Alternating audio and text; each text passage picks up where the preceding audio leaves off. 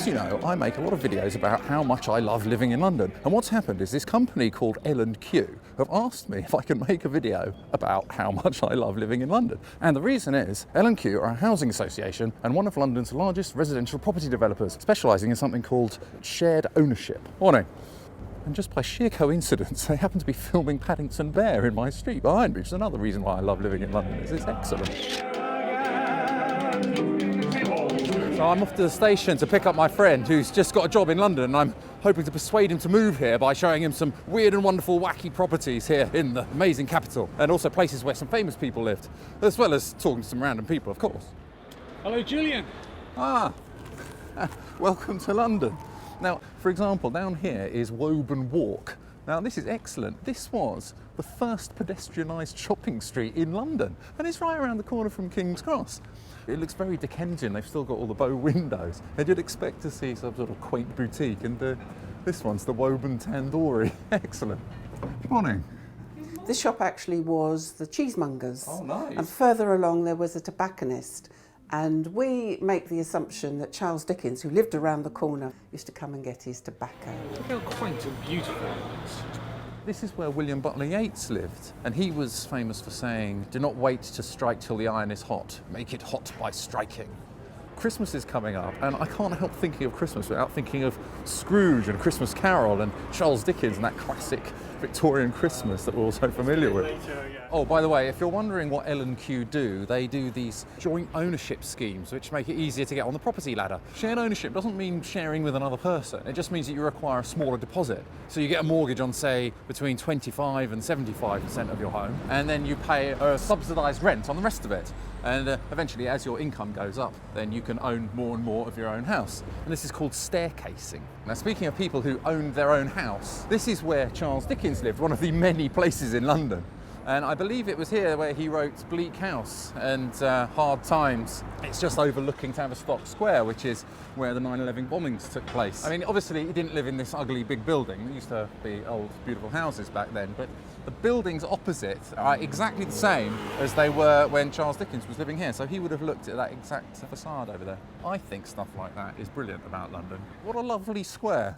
Right around the corner from the madness of King's Cross. Do you work around here? Yes, I do actually. I just work over here at the Royal African Society.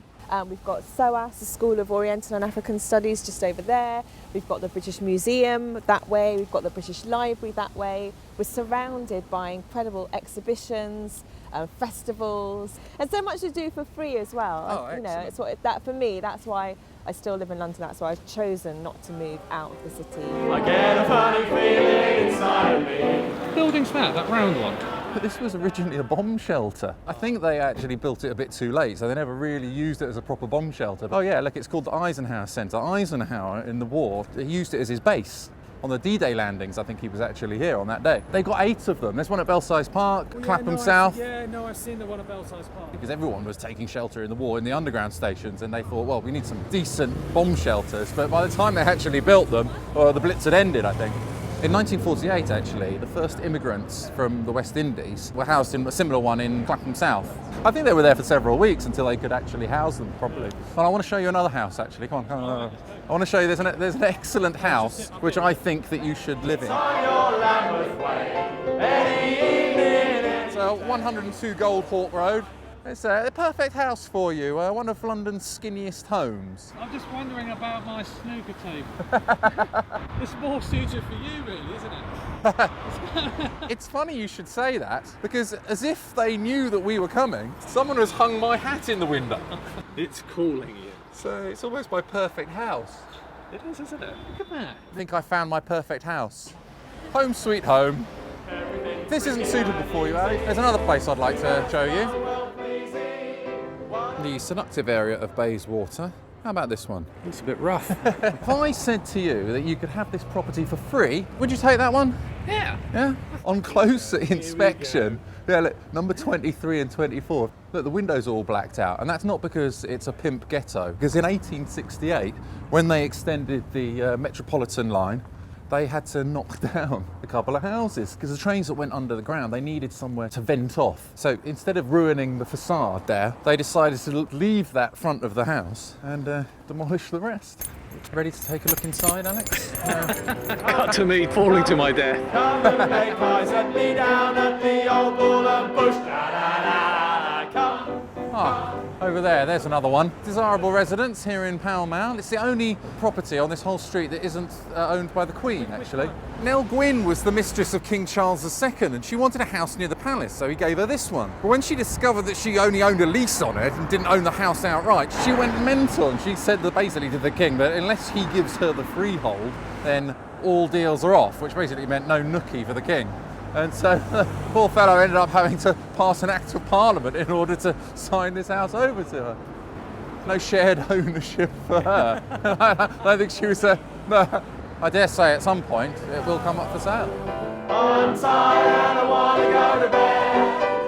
I had a little drink about an hour. Have I managed to convince you that London is a great place to live? Well, I'll have to think about it over a pint. On a Thursday night in Covent Garden in New Row at Mr. Fogg's Tavern is an excellent, good old London cockney knees up. It's your singing voice, like. Better than yours.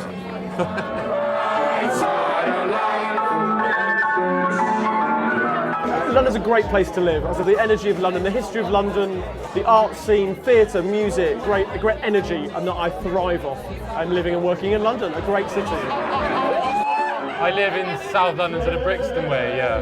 I like the fact that you can walk into a place and not know what you're going to find and find things like this and end up in situations you wouldn't really usually be in, like a cabaret or a Cockney sing-along. Now, I don't mind a little bit of begging, so please subscribe to my channel if you haven't already done so. Hit the big red button underneath the video, and if you've got any ideas of other places you'd like to see me make a video about, please make a comment. And if you're interested in buying a property in London, then do take a look at the L&Q website. The details are in the text description below, and it's a really great way to make your first steps onto the property ladder. Cheers. Cheers. Because I'm a Londoner, that I know.